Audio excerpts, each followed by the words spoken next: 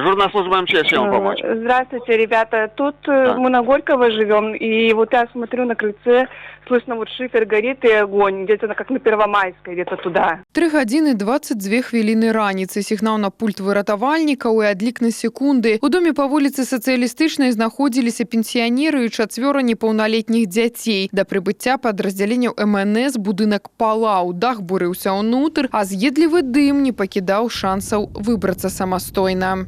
За маю спінай тое, што засталося ад жылога дома па вуліцы Сацыялістычнай. Маштаб разбурэнняў паказвае, у якой вогненнай пастцы засталіся жыхары дома. Зараз тут працуюць эксперты-крыміналісты і следчыя. Ім патрэбна аднавіць усё па крупіцах, як было той страшнай ноччу, і адказаць на самае важнае пытанне, што стала прычынай узгарання.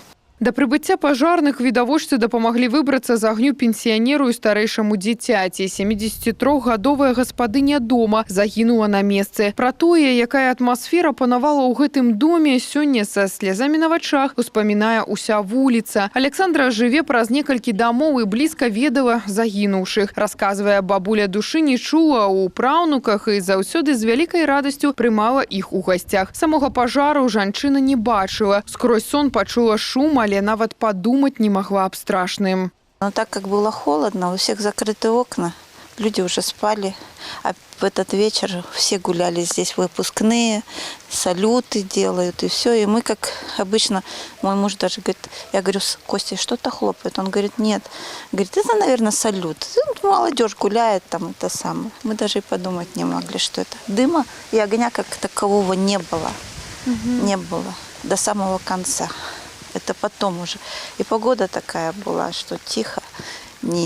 И обычно у нас по улице очень много людей ходит, а тут, как назло, никого не было. Вот так говорят, хотим предупредить, не надо ставить на зарядку ни телефоны, ни какие-то батареи, особенно скутера сейчас у многих электрических и все остальное. Это загорелись батареи.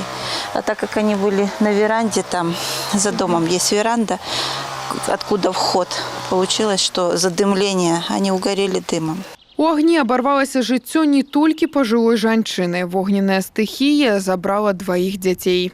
Прибывшими на место медицинскими работниками осуществлялись необходимые мероприятия по спасению пострадавших. Медицинская помощь оказания были продолжены в отделении анестезиологии и реанимации нашей больницы. К сожалению, 2 пострадавших детей получили повреждения, которые оказались несовместимы с жизнью. 3-й пострадавший ребенок посредством автомобиля санавиации был транспортирован в учреждение Гомельская областная детская клиническая больница. А гэта ўжо кадры з рэанімацыйнага аддзялення, дзе ўрачы змагаюцца за жыццё 7-гадовага хлопчыка. З'едлівы дым сур'ёзна пашкодзіў органы дыхання. Прагнозы рабіць пакуль рана. На сёння стан стабільна цяжкі, дзіця пад кругласутачным наглядам. Ребенок поступил к нам вчера в крайне тяжелом состоянии. На данный момент состояние ребенка стабильно тяжелое. Поступил с диагнозом термоингаляционная травма верхних и нижних дыхательных путей. Был проведен вчера республиканский консилиум. Лечение согласовано. Медицинские диагностические мероприятия согласованы.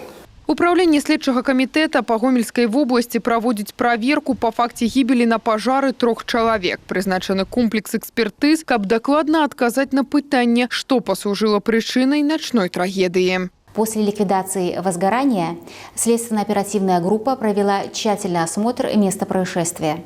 На месте трагедии работали следователи районного и областного подразделений, а также криминалистического отдела УСК. Для установления точной причины смерти назначены судебно-медицинские экспертизы. Для установления механизма возникновения и развития пожара будет проведена пожарно-техническая экспертиза.